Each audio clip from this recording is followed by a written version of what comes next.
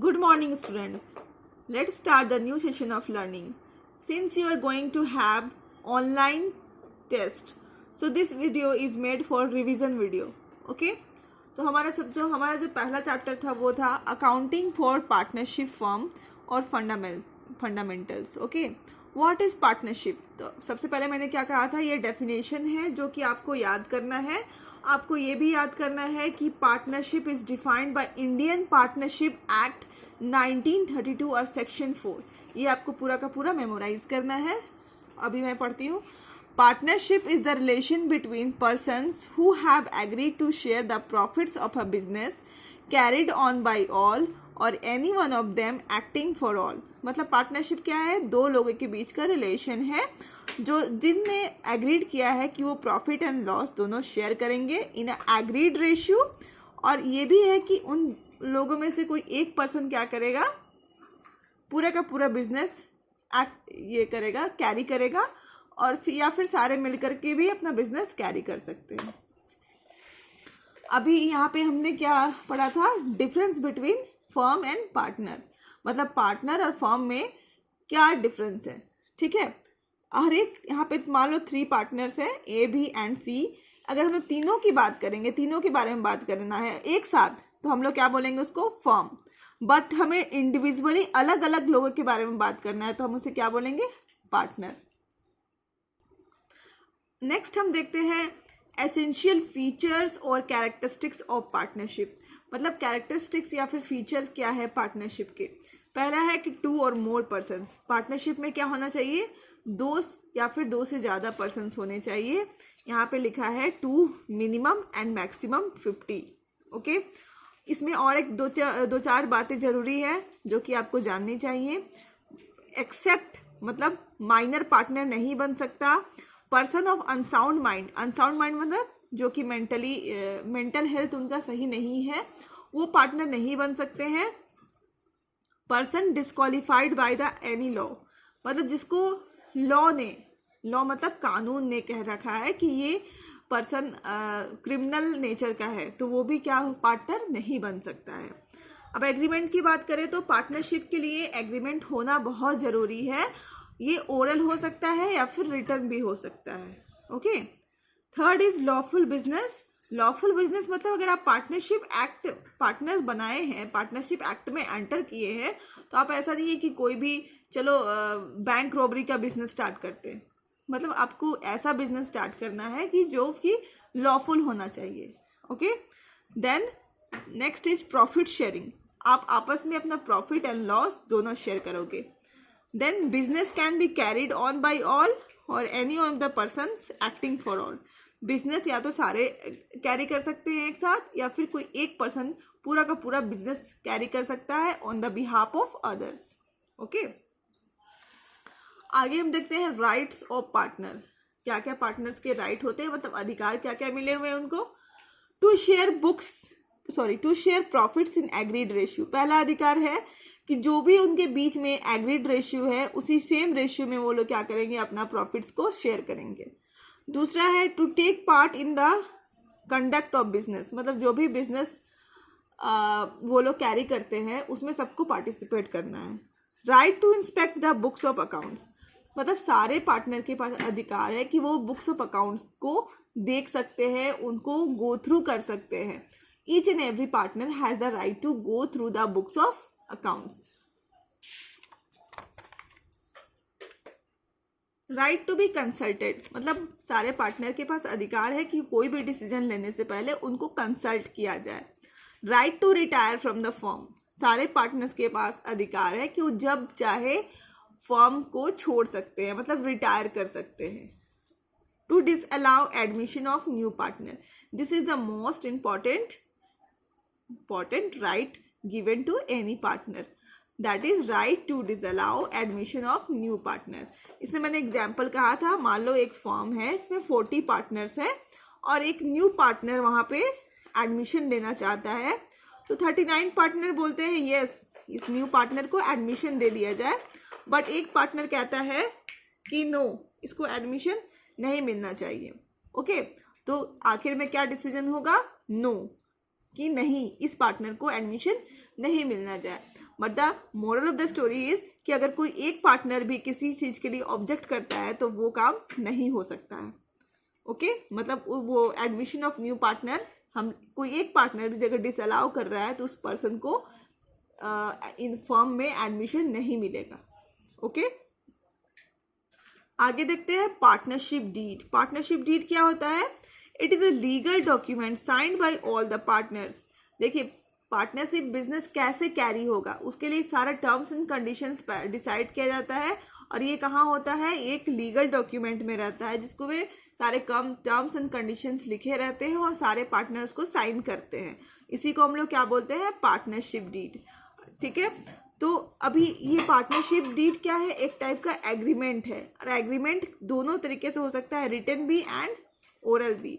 ठीक है, लेकिन हम लोग क्या बोलते हैं कि ओरल मतलब लीगली आप ओरल भी करा सकते हैं एंड रिटन भी करा सकते हैं, ऐसा कोई भी लीगल कंपल्सन नहीं है। बट हम लोग क्या बोलते हैं? टू अवॉइड एनी डिस्प्यूट, मतलब आगे कोई भी लड़ाई अगर हो जाती है तो उसको हम लोग अवॉइड करने के लिए एग्रीमेंट को क्या करना पड़ेगा? रिटन करा लेना चाहिए। अब देखिए पार्टनरशिप डीड के कंटेंट्स बहुत सारे हैं जो कि आपके बुक्स में दिए हुए हैं, जैसे क्या क्या? Name of the partner, address of the partner, name of the firm, address of the firm, what type of business you are going to carry, profit sharing ratio, interest on capital is allowed or not, and interest on drawings is allowed or not, interest on loan is allowed or not, or if allowed the rate is specified. Okay, और इससे बहुत सारे मतलब जो capital contribution by each partners, drawings limited by each partners, मतलब बहुत सारे informations partnership deed के कंटेंट्स में दिए रहते हैं। Okay, provisions applicable in the absence of partnership deed, मतलब मान लो कुछ पार्टनर्स ने पार्टनरशिप डीड नहीं बनवाया है तो उसके एब्सेंस में कौन कौन से चीजें जो होती है वो देखते हैं। नो इंटरेस्ट ऑन कैपिटल, मतलब interest on capital is not allowed to any partner, ये कौन कह रहा है? Section 13C। Okay, then no interest on drawings, interest on drawings is also not allowed, ये कौन कह रहा है? Section 13। Equal profit sharing ratio. Okay, अगर मान लो आपने एग्री कर दिया है तो ठीक है, बट अगर पार्टनरशिप डीड नहीं है तो क्या है? इक्वल प्रॉफिट शेयरिंग रेशियो, ये कौन कह रहा है? Section 13B। नो सैलरी और commission to a partner, partners को कोई भी सैलरी और कमीशन नहीं दी जाएगी। And last, interest on partners loan 6% per annum will be allowed, it is allowed even if there is a losses in a firm. और interest on partners loan में कितना मिलेगा? 6%, और ये कब भी मिलेगा? जब कि फर्म में लॉस हो रहा है तब भी उसको 6% मिलेगा। क्यों? क्योंकि interest on loan is a charge against profit. ठीक है, यहाँ पे हम दो टर्म्स के बारे में आगे पढ़ने वाले हैं, that is appropriation of profit and charge against profit. See, charge against profit and appropriation of profit. Charge against profit का मतलब होता है कि ऐसे खर्चे, ऐसे एक्सपेंस जो कि हमें पे करना है, वेदर हमें प्रॉफिट हो या फिर लॉस हो। ठीक है, again repeating, charge against profit का मतलब होता है ऐसे एक्सपेंसेस जो कि हमें पे करना ही करना है, हमें लॉस क्यों ना हो रहा हो। ऐसे एक्सपेंसेस क्या है? जो कि हमें P&L अकाउंट में डेबिट साइड जितने भी दिखाई देते हैं वो सारे को हम लोग क्या बोलते हैं? Charge against profit. एग्जाम्पल है इंटरेस्ट ऑन लोन। ठीक है, एप्रोप्रिएशन ऑफ प्रॉफिट क्या है? जो कि प्रॉफिट का बंटवारा। ठीक है, like interest on capital, interest on drawings, salary, commission. Okay, these are called appropriation of profit. लेकिन एप्रोप्रिएशन ऑफ प्रॉफिट तभी होता है जबकि फर्म को प्रॉफिट हो रहा हो। अगर फर्म को लॉस हो रहा है तो एप्रोप्रिएशन ऑफ प्रॉफिट नहीं दी जाती है। अभी देखिए P&L appropriation account. P&L appropriation account को हम लोग कौन सा अकाउंट बोलते हैं? नॉमिनल अकाउंट बोलते हैं। स्टार्ट किससे होता है? P&L अकाउंट से होता है। इधर में जितने भी एक्सपेंसेस एंड लॉसेस, किसके एक्सपेंसेस एंड लॉसेस? फर्म के। हम लोग जो भी अकाउंटिंग एंट्री करते हैं फर्म के व्यू पॉइंट पे करते हैं। ठीक है, फर्म का नुकसान होता है तो हम लोग नुकसान लिखते हैं, फर्म को अगर फायदा होता है तो हम लोग फायदा लिखते हैं। ओके, तो हम लोग जितना भी यहाँ पे इनकम, एक्सपेंसेस एंड लॉसेस है तो उसको हम लोग डेबिट करते हैं, और जो जितना भी इनकम्स एंड गेन्स है उसको हम लोग क्या करते हैं? क्रेडिट करते हैं। ओके, क्योंकि ये P&L appropriation account nominal account होता है। In the same way partners capital account system, मतलब अब पार्टनर्स के पास दो ऑप्शन है, वो अपने पैसे को कैसे रख सकते हैं, ठीक है। अपने अकाउंट्स मेंटेन करने का पार्टनर्स के पास दो ऑप्शन है, इसीलिए पार्टनर्स कैपिटल अकाउंट सिस्टम दो पार्ट्स में बचा हुआ है, fixed capital account system and fluctuating capital account system. Okay, under fixed दो सिस्टम है, capital and current, and fluctuating में एक ही सिस्टम है जो कि आप लोग पार्टनर्स कैपिटल अकाउंट करके बनाते हो, ठीक है। इसका बैलेंस क्रेडिट एंड डेबिट कुछ भी हो सकता है, बट जो कैपिटल अकाउंट है उसका हमेशा बैलेंस क्रेडिट होगा और करेंट अकाउंट का बैलेंस क्रेडिट एंड डेबिट दोनों होता है, राइट। समटाइम्स क्या होता है, कुछ एरर्स एंड ओमिशंस अकर हो जाता है जब हम लोग अकाउंट्स प्रिपेयर करते हैं, तो कुछ गलतियां हो जाती है। उन गलतियों को रेक्टिफाई करने के लिए हम लोग एक सिंगल एडजस्टमेंट एंट्री पास करते हैं, जो कि ये सब हम लोग किस में करते हैं, पास्ट एडजस्टमेंट में करते हैं। ओके, इसमें भी बताया गया किस तरह की गलती होती है, omission of interest on capital, omission of interest on drawings, omission of salary on commission, interest on capital is allowed even if partnership deeds it silent, interest on capital allowed at 10% instead of 6%। इस तरह की कुछ कुछ गलतियां हो जाती हैं, जिसको मैंने डिटेल में एक वीडियो में एक शेयर किया है, तो उसको आप लोग जाकर के देख सकते हो। ओके, इसके अलावा interest on capital, interest on how to calculate interest on capital, how to calculate interest on drawings, ये सारे आप लोग वीडियो के थ्रू गो थ्रू कर सकते हो डिटेल में। ऑलराइट, हम लोग अब देखते हैं चैप्टर नंबर 2 के बाद हमने 3 भी पढ़ा है, ये भी हमारे सिलेबस में है। ओके, तो हम लोग नेक्स्ट वही देखने वाले हैं। गुडविल क्या होता है, गुडविल एक असिट्स है। इसे असिट्स हम लोग पढ़ते हैं, दो तरह के असिट्स होते हैं, तो goodwill assists, tangible assists and intangible assists. तो गुडविल कहाँ कैटेगराइज होता है, इनटेंजिबल असिट्स में। तो हम लोग गुडविल को सिंपली क्या समझते हैं, good name, reputation, brand name, इस सबको हम लोग क्या बोलते हैं, गुडविल बोलते हैं, ठीक है। तो हम लोग गुडविल अभी क्या है, goodwill can be defined as attractive force which retain old customer. हम लोग गुडविल का मतलब सिंपल मतलब यही समझते हैं कि ये कुछ एक अट्रैक्टिव फोर्स है जो कि हमारे ओल्ड कस्टमर को हमसे जोड़े रखता है। फीचर्स ऑफ गुडविल, गुडविल क्या है, इंटेंजिबल एसेट्स है। Goodwill is not a fictitious assets, goodwill को हम लोग फिक्टिशियस एसेट्स नहीं बोलते हैं। वैल्यूअर मतलब गुडविल का जो वैल्यू है, डिफरेंट पर्सन्स डिफरेंट उसका वैल्यू रखते हैं, ठीक है। मान लो एक हल्दीराम की अगर हम लोग बात करें कि हल्दीराम एक ब्रांड नेम है, तो मान लो मैं उसका वैल्यू लगाती हूँ 1 करोड़, मान लो कोई बंदा ऐसा भी होगा कि जो उसका वैल्यू लगा दे 5 करोड़, तो ठीक है। तो गुडविल की वैल्यू लोग अलग अलग लगा सकते हैं, ठीक है। 2 types of goodwill, there are 2 types of goodwill. First is purchased goodwill. Purchase goodwill are those goodwill it arises on purchase of the business. मान लो हमने कोई बिजनेस परचेज किया और उसके गुडविल पे किया, तो वो क्या हो गया, गुडविल, परचेज्ड गुडविल।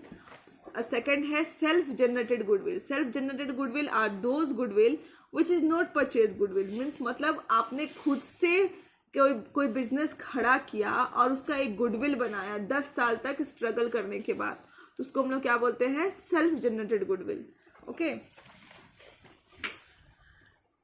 यहाँ पे need for valuation of goodwill, क्यों जरूरी है कि हम गुडविल का वैल्यूएशन करें, क्योंकि अगर प्रॉफिट शेयरिंग रेशियो अगर पार्टनर्स चाहते हैं कि चेंज हो जाए, सपोज देखिए ओल्ड पार्टनर्स ने डिसाइड किया था उनका प्रॉफिट शेयरिंग रेशियो कितना होगा, 4:3:2, बट अब क्या चाहते हैं पार्टनर, उनका न्यू रेशियो कितना होगा, 2:4:3। तो इस केस में अगर ऐसा कुछ होता है तो क्या होगा, there is a change in profit sharing ratio and there is a change in the valuation of goodwill.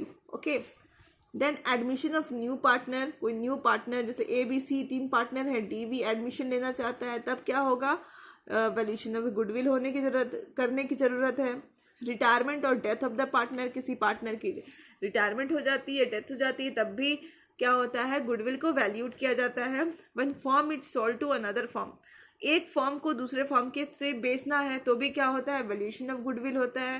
When 2 firm अमेलगेट, जब 2 फर्म आपस में अमेलगेट करते हैं तो भी क्या होता है, वैल्यूएशन ऑफ गुडविल। ओके,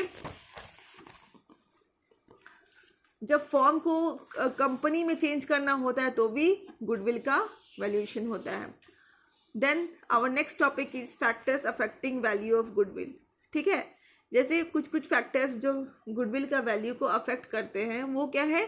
पहला इफिशिएंट मैनेजमेंट। ठीक है, जितना ज़्यादा मैनेजमेंट इफिशिएंट होगा उतना ही उसका गुडविल ज़्यादा अच्छा होगा, बड़ा मतलब उसका अमाउंट हाई होगा। ओके, और जितना कम उसका इनएफिशिएंट मैनेजमेंट होगा उतना ही उस गुडविल का वैल्यू कम होगा।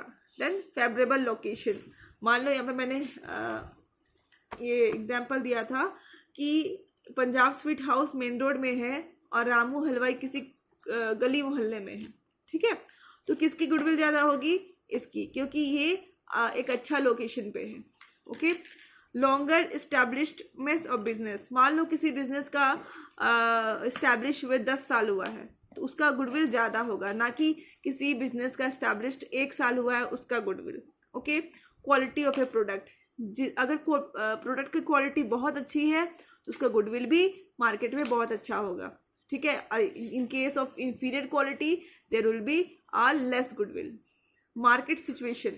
अगर मार्केट इकोनॉमी, मार्केट का सिचुएशन बूम है मतलब बहुत अच्छी है कंडीशन, तो क्या होगा, गुडविल का वैल्यूएशन काफ़ी हाई होगा। और अगर मार्केट का सिचुएशन डिप्रेशन में है, दैट इज डाउन है, तो क्या होगा कि गुडविल की वैल्यू कम हो जाएगी। Okay, advantage of patent. Okay, patents अगर कोई करा रखा है तो भी उसका एडवांटेज उससे मिलता है। ठीक है, अगर मान लो कुछ लोग आजकल प्रोडक्ट बेचने के बाद बहुत सारे आफ्टर सेल सर्विसेज देते हैं, गुड कस्टमर रिलेशन रखते हैं, तो उस केस में भी क्या होता है कि उसका गुडविल अच्छा हो जाता है। Okay, so I have also discussed the method of valuation of goodwill. First is simple average profit method, then weighted average profit method, then super profit method, then capitalization of super profit method, then capitalization method. I have made all the videos related to these methods. Please go through this. Even I have made method with an example, so you can go and better take a quick understand. Okay, so I am ending the video with quick recap. Thank you and keep learning.